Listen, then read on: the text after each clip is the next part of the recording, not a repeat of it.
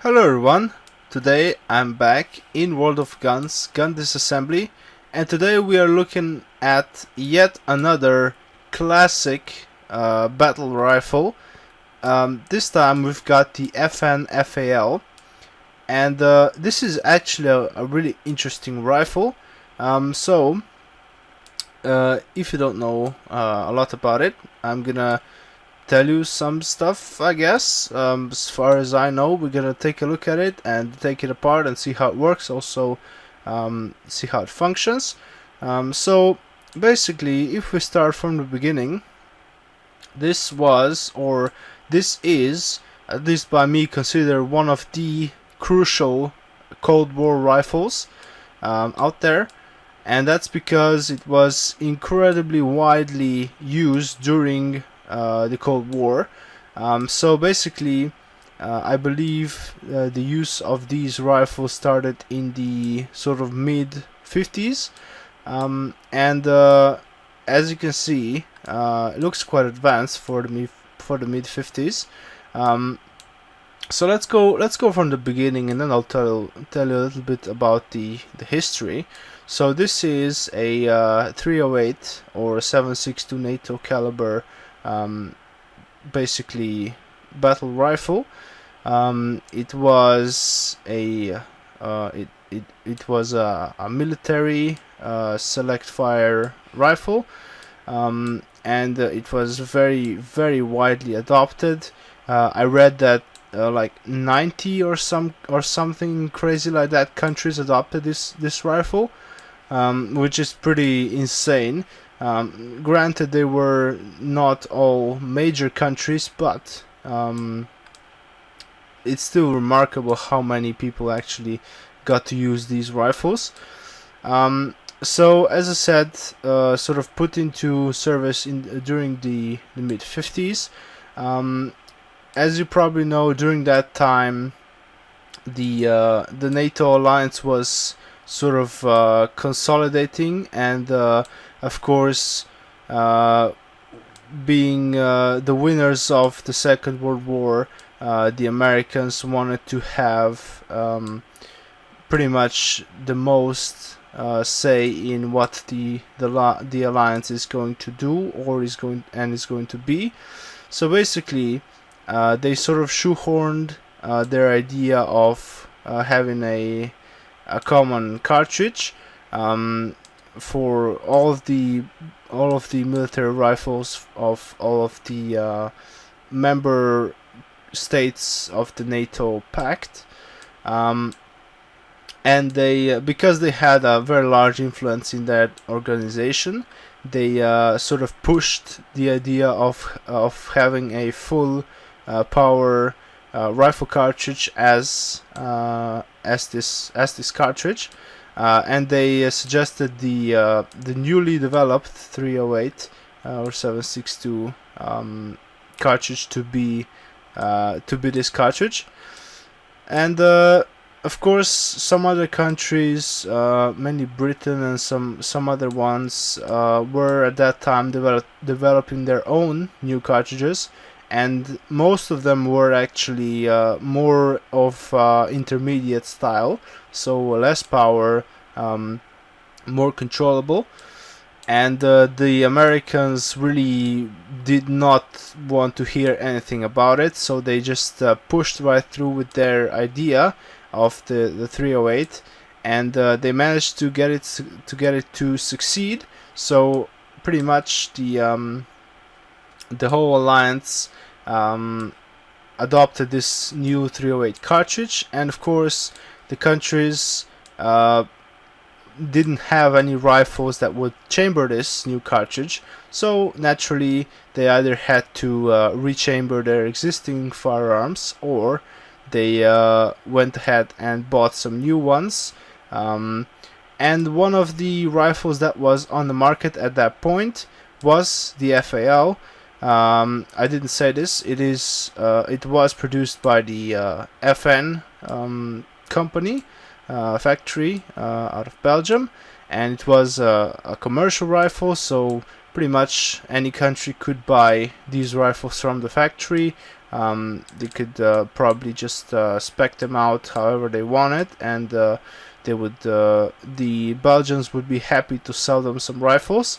So that's how pretty much the vast number of these rifles got adopted.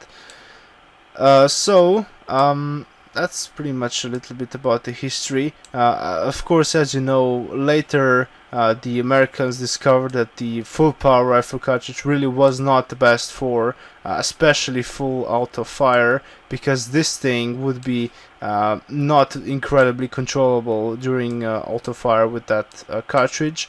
And all of the similar rifles of that era would be suffering from the same issues. So naturally the Americans, after some years, decided to go for a more intermediate cartridge, and that's how the 5.56 was born. But that's another story. I've talked about that in the N16 video, I believe, so you should check that out if you're interested. So let's talk a bit more about this rifle. I said that it is Belgian production. FN still to this day is one of the biggest arms manufacturers, private arms manufacturers in the world. I think they're private, I don't know, maybe they're state-owned. I have no idea. So let's see how this rifle goes apart, and let's take a look at some of the features. So as you can see, it has a 20 round double stack magazine. We have iron sights on this one. This one has wooden furniture. You would get some of them with plastic as well, or bakelite or whatever. It is very distinct on this rifle that it has this really long barrel. That's for taming the 308 cartridge at least a little bit. And this one's got a bare muzzle, but they would have some sort of muzzle devices as well. So let's take it apart, just field strip it, and we'll see what it looks on the inside. I will admit that I've never handled this one and this rifle, and I don't know how the operating system works. I did know at some point, but I'd forgotten. So I have a feeling it's sort of a tilting bolt thing, but honestly I don't know. Okay, so we've taken off the top cover first of all, and pretty much the bolt and board carrier. This at the back of the bolt carrier is actually a tail for the recoil spring that goes inside of the that is actually inside of the buttstock. So that's what that is. We can take a look at the bolt. That's this piece in the middle here. So we've got a firing pin there in the middle. Yeah, I think it is actually a tilting bolt design, just like I thought. It is sort of kinked, as you can see, and I think it has a locking surface somewhere. I think we'll see how it works later. Okay, so we can separate the upper from the lower, and the gas piston comes out. I didn't say this is a gas operated rifle. I'm not sure. It looks like I don't know. Looks like a short stroke actually piston. I don't know honestly. It is definitely piston operated, gas operated, and the piston comes out of this hole on the top, and hits the bolt carrier pretty much. Okay, the firing pin comes out, and that is our field stripped FAL. So let's put this back together, and we'll see how it works. So we can put that in there, and then we've got stuff up here. So gas piston, and then we've got the gas plug. Goes on top of that. We have how do we put this together? Okay, we put this here, and then this hinge pin in the middle. Then we've got the bolt and bolt carrier, They slide on this sort of rail in the upper receiver, as you can see. Okay, and then we can close this probably with the top cover. Okay, and the magazine. Alright, that's it. Right, let's do some operations, see how this thing works, and then we'll go into further disassembly. So my observations currently are that or this has been always an observation of mine, that this rifle is really slick looking. The receiver is very it's not very tall, if you know what I mean. The gas piston is very close to the barrel, so it's not like an AK when it's got like a huge top part above the barrel and the bolt for the piston and stuff. It's very sort of streamlined. It's sort of simple. It doesn't have much going on, but I would imagine it wasn't the cheapest rifle to produce, because other than the top cover, I don't see any other component that would be stamped. The lower is machined and the upper seems to be machined as well, so that's quite expensive work. And because it is quite large, given that it is in 308, I can imagine these rifles were not very cheap at all to buy and to produce. Okay. Also, I've heard that because of the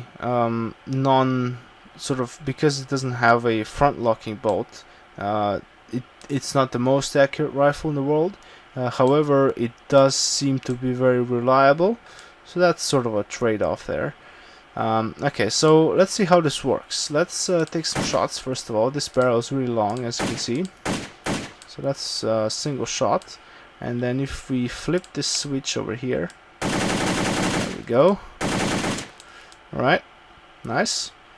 What else can we do? Let's go for some X-ray. Let's reload as well. Nice. Let's go for the bolt. There it is. Okay, so we can see the bolt. Right. How is this thing locked? Oh yeah, there's your locking surface right at the back here. It's this sort of cross pin, I think, maybe? Looks like it. Yeah. Let's get rid of this X-ray and see how it looks from the outside. Yeah, that is definitely the locking surface. So this sort of cross pin that goes from here to the other side here is basically what locks. The reason it's a pin is so that you can swap it, and you can change the head spacing, I guess, and if it gets worn out you can change it as well. You don't have to mill a whole new receiver, so that's quite clever. Just like I assumed, it does lock at the back here. You can see the bolt has this sort of cut out at the back, and that's where it locks into that thing. Let's see how it unlocks. That's what I'm interested in now. So press the trigger, or falls. Okay, so the bolt carrier basically pulls it up from that locking surface. Yeah, pretty much how it works. Let's get the bolt carrier as well. Yeah, you can see how it pulls. It's got like a track in there probably, and it just pulls it out. As you can see, the recoil spring is in the buttstock, as I said before. It's connected to the bolt carrier by this interesting sort of link. Okay, this is all pretty cool stuff. You can see the piston here as well. It seems to be a short stroke piston, so it doesn't go all the way back. It goes sort of halfway back, but it doesn't follow the bolt carrier all the way, and it's not connected to it either, so it's sort of a short stroke piston. That's pretty cool stuff. and the piston's got its own spring up in there as well, as you can see. The trigger spring is a coil spring, which is kind of interesting, as is the hammer spring. That's pretty cool. And that's pretty much it. There's not really much to it in here. We can change the setting around as well. Is that safe? No, that's semi. Okay. Right. There we go. Okay, so we've taken a look at that. I pretty much know how it works now. Not very complex at all. Okay. What else can we do here? Unload it, sure. Let's just reload it first of all, and then we'll unload it. Wait, where's the actual bolt handle? Oh, there it is, on this side for whatever reason. Okay. The bolt handle seems to be a nice design. Is it yeah, it's non-reciprocating bolt handle, which means it doesn't move back with the bolt, which is pretty good. It's got this dust cover on the back there that protects the inside from dirt and stuff. On this side does not have a dust cover, but the bolt carrier seems to be sealing that pretty well, so that's pretty good. Okay, what else do we have to do? Bayonet, sure. Oh yeah. Oh, look at that stick. That's nice. Okay, we can also change the rear side. Oh no, we can just adjust it for distance. Okay. Top cover. Looks like we can change the top cover. Oh, okay. That's got a mount for a scope. Looks like. And it looks like it's made in a way that the rear side still works. The iron sights still work. That's pretty cool. Okay, what else can we do? Looks like I can put a rail on top. Nice. And red dot. Nice. That's pretty cool. Now this thing has some serious bore offset now, which means the sight is very far away from the barrel. That is some extreme bore offset. That's more than an AK, definitely. Oh, that's pretty cool. You would definitely have to use sort of a chin weld on this stock if you want to see anything through that red dot. But other than that, seems like a clever solution. It's sort of it's got an interesting problem, same as an AK. The mounting system has to be well made and well adjusted, because as you can see, this one's mounted on the actual top cover, which is not hard mounted to the receiver. It's not a part of the receiver, so that could be a problem. It could have a problem with retaining zero, and on an AK you generally don't want to do that. You want to have a side mount sort of on this side, which comes then over the top. So there is some sort of aftermarket top covers for AKs that are supposed to remedy this issue with the zero, but I really wouldn't trust those. I'd much rather go with a side mount than one of those top covers. Okay, what else can we do here? Optic scope. Okay, let's get rid of the red dot sight, and we'll put an optic scope on it, but we have to get rid of the Picatinny rail as well. Okay, so let's put a scope. Alright, this is more like period correct, I would say. It looks pretty cool. Okay, what else can we do? Safety. So where's the safety? Is it this thing? Oh, that's the mag release. So this is oh yeah, it is in this selector. So it's a 3-position selector. This one is full auto, and this one is semi, I guess. But we can't put it to safe for whatever reason. So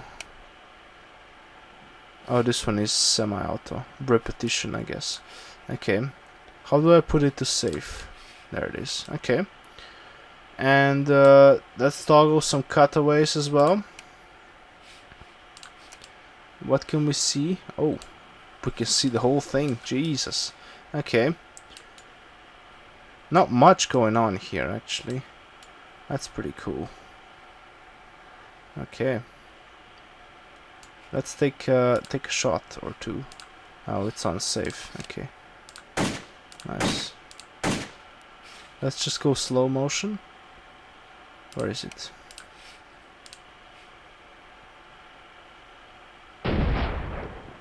Nice.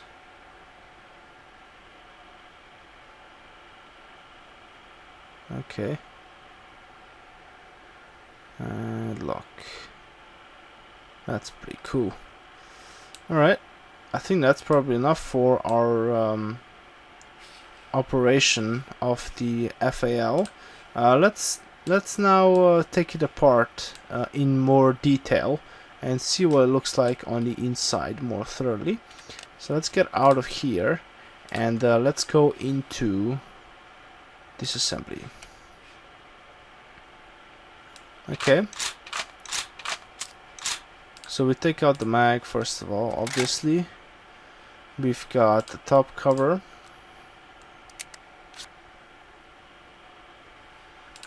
Bolt carrier. Separate the lower and the upper. Take them apart. We've got gas plug, gas piston. We can take the spring off of this. Okay. And I think that's it for field stripping. So let's take it apart further. It has 127 parts apparently, so it looks like there's gonna be a lot of fire control parts. So the bolt has a very large extractor. The firing pin comes out. It's got a spring. Okay, and then we've got the bolt carrier. Right. We've got a butt plate that comes off apparently. It's got a trap as well for stuff, I don't know. We can take out the recoil spring. Yeah, there it is. Pretty big thing. Okay. We can take off this cover as well. The sling swivel. It's on the bottom there. The recoil spring has a cool sort of tube that it is in, so it doesn't need a guide rod. It just has like a tube, so it can't move around. Okay, and then we'll move on to our lower or our fire control group. So we've got the sight right on top there. This looks like a very nice iron sight actually. It's got a nice aperture. Looks like a cool sight. Okay, what else do we have here? There's some pins, but looks like I can't take those out. There's a spring here for the hammer. Okay, and then the selector comes out. We have a screw down in the bottom of our grip, much like an AK in that manner. What else do we have? We have, there's a little pin back here that's got a spring as well, and there's another little thing over here. Okay, that's for the disassembly catch. Receiver lock there. Okay, and then we've got locking plate there. Okay, and then the hammer comes out. It's got another part on it. That's for the spring actually. And then we've got the trigger. Right. What else? Oh, this spring can... Oh, it's a double spring. Interesting. That is very interesting. Okay. It's a double sort of like one spring is located inside of the other type of spring. Interesting. Okay, so the lower seems to be quite stripped. Let's do the upper then. So got quite a bit of stuff in the upper. The gas plug has a thing as well, and then we've got a front sling swivel. Got a pin here for the gas block, I guess. The handguard comes off. It's in 2 pieces. Okay. And then we've got the piston tube. Okay. That's in a whole bunch of pieces. There's the carry handle. Right. We've got the locking surface back here. Locking shoulder. We've got our ejector. Can I take that out? That's the safety. There's a screw here and a pin. Bolt hold open. That's for the magazine to act upon. Okay, and then we've got this part, magazine release, and then we've got the ejector block, and then the ejector. Right, that's just sort of a block. All of these sort of components seem to be very finely machined and very expensive to make. So I can imagine this wasn't the cheapest rifle out there, but it definitely was state of the art at the time. Okay, there's a front metal insert plate on the handguards for whatever reason, and then the front side block, gas block, comes off. The front side comes out apparently. What else? There's a wire here, gas regulator spring, and there's 13 more parts. Okay, what else comes apart? Oh, there's a sort of a cap there, and then we've got this part as well. The barrel comes off. We've got the charging handle as well. Okay, that's got a bunch of stuff in there as well. Okay, this rifle looks really simple from the outside. Definitely not the case on the inside. The trigger guard comes off. It's got a spring as well. Okay, 2 more parts. Just watch me struggle with these 2 more parts. Ugh, I don't even. It's like the dumbest small thing, probably. Just like always. We did take apart the mag, so that shouldn't be a problem. I don't know, honestly. Does this come off? Oh yes, it does. Carry handle comes off. Okay, that is one completely disassembled FAL. So let's put this thing back together quickly, and then we'll call it a day on the FAL. Right, so carry handle goes on first of all, because I remember. Let's put together, like, I don't know, the trigger group, I guess, because Jesus, this thing is complex AF. Okay, so this spring goes in, and we've got the trigger guard that goes on. I seem to remember that much. Okay, after that I'm horribly lost. So the trigger goes in apparently. We've got the hammer that goes in. Okay, what else do we have? We've got the rear sight assembly that goes on. Right, that's not too terrible. We have this thing, receiver lock, and the locking lever. Okay, this thing, oh, that's the mag. No, what is this thing? That doesn't go in yet. That thing goes in though. Okay, we did reassemble the trigger, which is nice. The hammer needs to go in. Oh no, that's the mag release. We did put the hammer in. So I don't know. We've got the selector here, which doesn't go in yet apparently. This tube goes in though. Nice. What else do we need? I don't know. Let's just put the butt back together.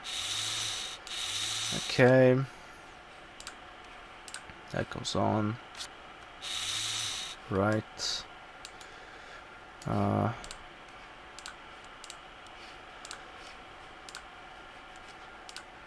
That goes in the receiver in the upper. I'm doing the upper now because I can. Oh, locking plate needs to go in. Okay. And then we should be able to get this selector in there. Yes. Perfect. Okay, that's pretty much it for our lower. Now let's put these springs together. And they're gonna go inside of the butt there. Okay, and then we've got this butt plate with the trap.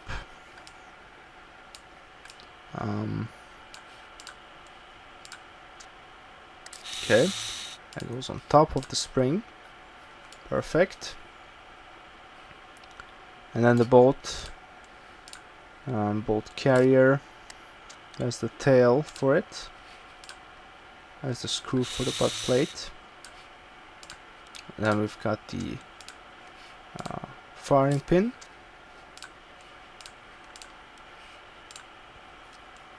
That goes in there apparently. Ejector. Oh, sorry, extractor goes in here. And then okay, that's our bolt and bolt carrier. Now we've got the upper, we've got the locking surface, we've got our bolt hold open. Alright. We've also got the the charging handle goes on the side there. Right here. Okay, and then we've got the barrel. We've got the handle, carry handle. Alright. This has got a spring.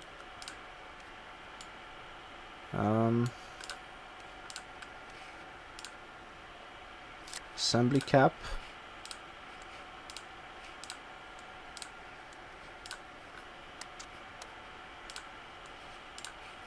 Put these things together.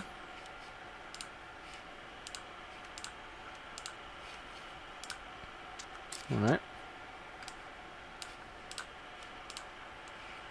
Front side.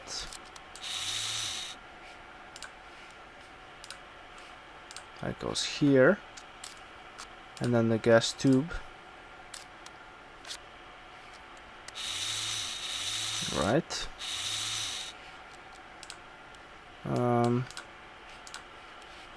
Hand guards.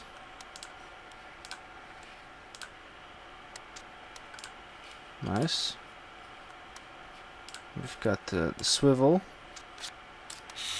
and then the piston, and the gas plug. We've got a screw there to hold it all together. Okay, that's pretty much it on the front end, and then we can probably put it all together soon. Still got a screw here.